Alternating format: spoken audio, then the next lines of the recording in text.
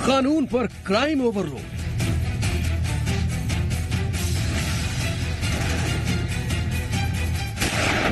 मिटा दिया नामो निशान।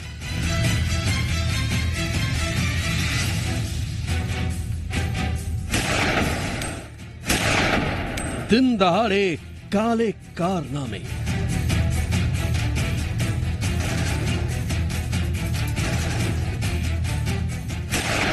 बिहार में fire bullet bomb.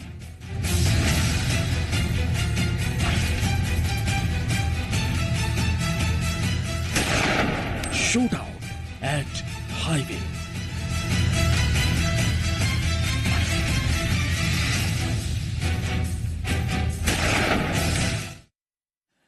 News at 6 में सबसे पहले बात शूट आउट एट हाईवे की। नमस्कार, मैं रविंद्र सिंह आपके साथ। मामला हाजीपुर का, जहां क्राइम का कहर देखने को मिला। एक बड़े व्यवसायी की दिन दहाड़े गोली मारकर हत्या कर दी गई। मामला वैशाली जिले के औद्योगिक थाना इलाके का है। फायरिंग में व्यवसायी गुंजन की मौके पर ही मौत हो गई है, जबकि उनका ड्राइवर गंभीर रूप से घायल हो गया है। गुंजन बीजेपी लघु उद्योग प्रकोष्ठ के संयोजक थे और पटना के बड़े व्यवसायी थे। खेमका परिवार का मगध हॉस्पिटल भी चलता है। बताया जा रहा है कि बाइक सवार अपराधी ने इस वारदात को अंजाम दिया है। गुंजन पटना के बड़े कारोबारी गोपाल खेमका के बेटे थे। तो यही वो कार है जिस पर सवार होकर गुंजन खेमका जा रहे थे।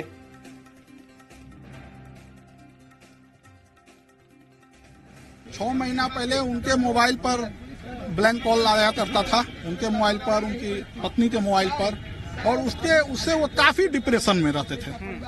वो हमेशा तक मतलब उसके बाद डिप्रेशन में इतना रहने लगे कि उन्होंने फोन करके मुझे बोला कि हमें जल्दी आओ राहुल, नहीं तो फिर मुझे लोग मार देगा। हम लोग चलते हैं गांधी मैदान थाना में, एक FIR करते हैं। तो उसके बाद हम लोग ने जाके गांधी मैदान में सनहा कराया था।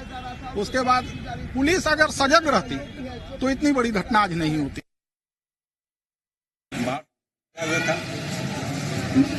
तीन फायरिंग किया, गोली लगा और ड्राइवर को भी गोली लगा हुआ है जान में।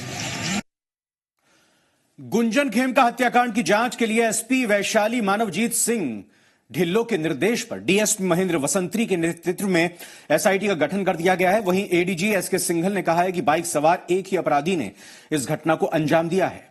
साथ ही कहा कि मौके से 9 mm के 2 खोखे बरामद किए गए हैं।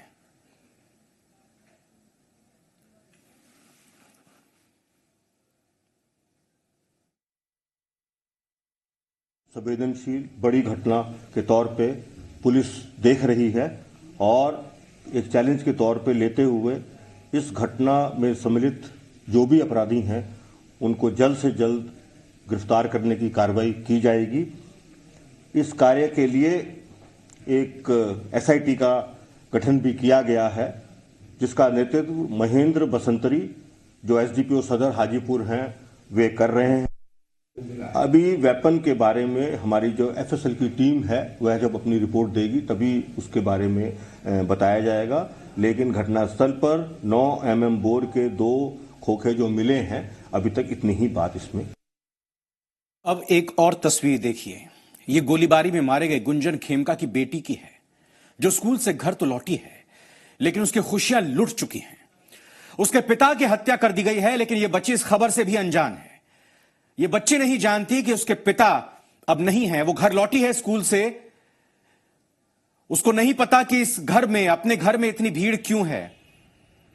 ये बच्ची नहीं जानती। समझिए क्या गुजरेगा इस बच्ची के ऊपर जब उसको पता चलेगा कि जिसको पापा कहती थी वो अब जिंदा वापस नहीं लौटेंगे, वो इस दुनिया में नहीं रहे।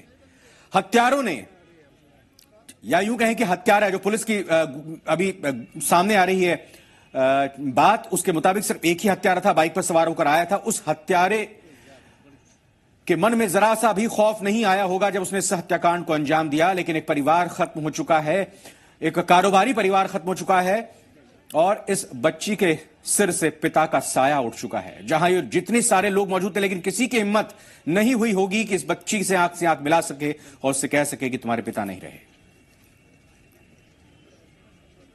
बताइए इसको किस तरह, मतलब किस तरह रोका जा सकता है? अगर उस समय ही उसको पकड़ा जा सकता था, पुलिस की मोबाइल अगर उसको चेज करती तो शायद पकड़ा जा सकता था।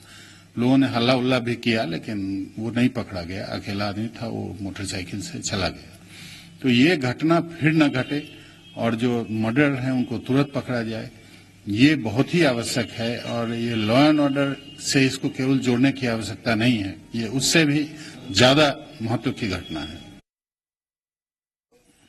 इतना ही कहा जा सकता है कि लोग बहुत विचलित हैं इस घटना से,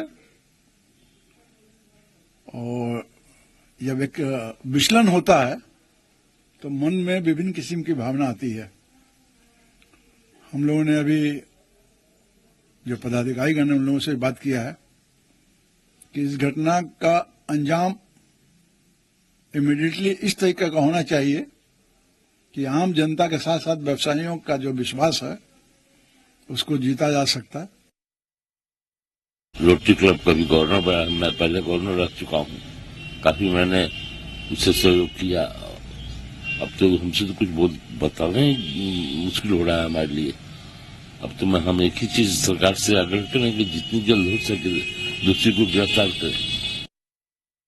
हाजीपुर में बीजेपी नेता और व्यवसायी गुंजन खेमका की हत्या के बाद बीजेपी नेता ही अब बिहार में लॉ एंड ऑर्डर को लेकर सवाल उठाने लगे हैं। बीजेपी एमएलसी सच्चिदानंद राय का कहना है कि बिहार में AK-47 का राज चल रहा है, तो बीजेपी विधायक नितिन नवीन ने कहा कि बिहार में अपराधियों के हौसले बुलंद हो चुके हैं और इस पर ठोस कार्रवाई की जरूरत है।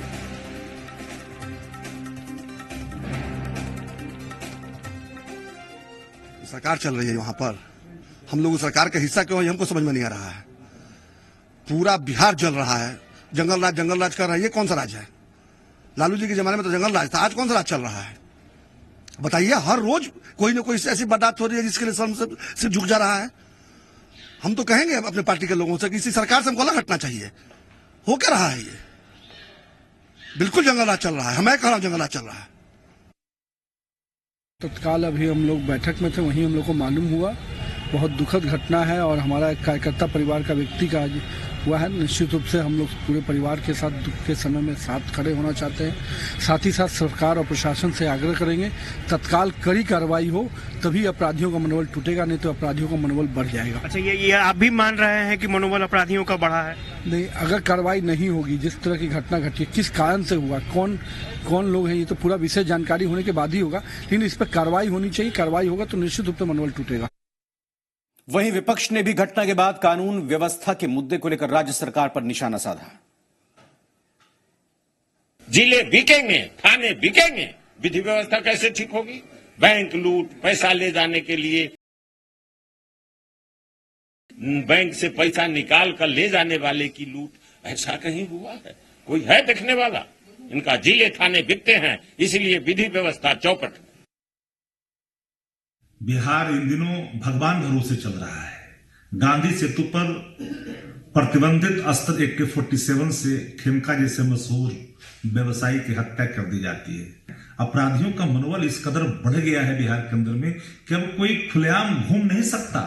सुबह से जब निकलता है घर का परिवार का कोई सदस्य, तो जब तक शाम को वापस नहीं आता है, लोग अंदेशे में रहते हैं कि मेरा घर का जो परिवार है सब कुशल वापस आएगा कि नहीं आएगा। यह संशय की स्थिति है आज बिहार के अंदर में। और इस घटना के बाद राजधानी पटना और आसपास हाई अलर्ट जारी कर दिया गया है। साथ ही गाड़ियों की चेकिंग की जा रही है। हर छोटी से लेकर बड़ी गाड़ियों पर नजर रखी जा रही है।